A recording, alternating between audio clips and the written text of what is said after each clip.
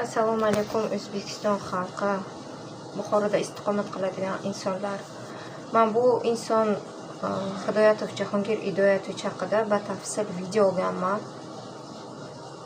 U tomonidan halol ishlab yurib, 3 ta farzandini boqib yurgan xotiniga bo'lgan munosabati, qilayotgan nohaqliklarini batafsil aytib o'tganman.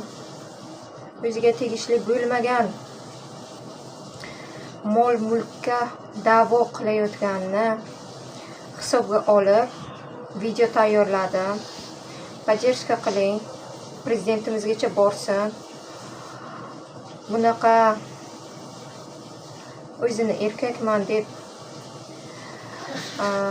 ojiza ayolidan farzandlarini halol luqmasini olishga tayyor bo'lgan inson haqida mani ma'lumotlarim bor.